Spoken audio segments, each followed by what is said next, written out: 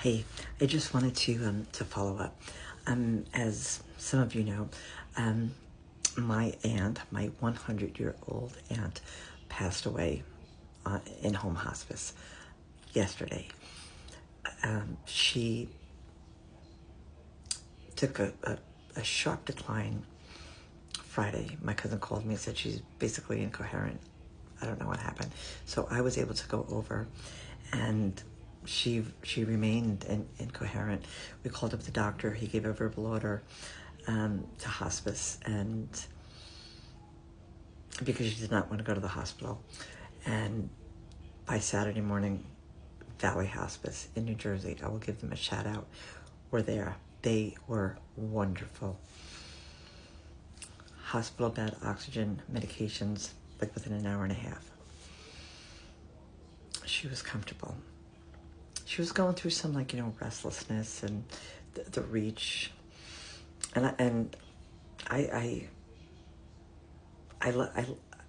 hate to say I love that, but I love that because to me that means death is getting close, and she's reaching. Like that veil becomes thin, and our loved ones come to get you. So that was happening.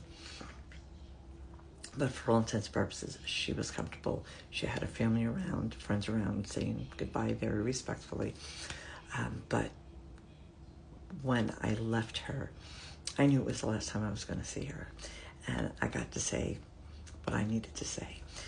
She was from Ireland, and, soft Irish music was playing in the background. And at one point she smiled. And it's like, oh, what a beautiful send-off. And, so she did pass away yesterday, and my cousin called me and she said, I wish you were here because I think you probably wanted to be there when she passed away, because I was with her all weekend. That was a gift to me. And I said, no, I didn't want to be there. And knowing my aunt, she wouldn't want me to be there. And people die very much the way they lived. My aunt was very private, dignified, humble, don't go out of your way for me. I don't want to be a bother. That was her. So if she didn't have to have anybody in the room, she would probably prefer just to close her eyes. Well, her eyes were closed, but just to pass away with nobody in the room.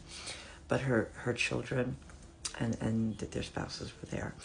And she didn't have any death rattle, any, uncomfortability.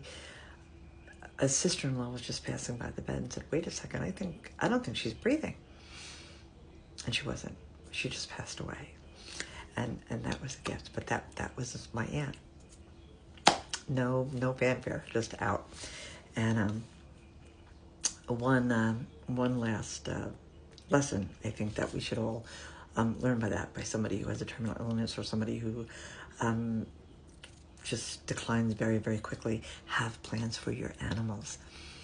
My aunt had a little dog who she loved, and that dog loved her. They'd put her on the bed next to my aunt, and she'd snuggle up with her, and it was beautiful. It was beautiful. But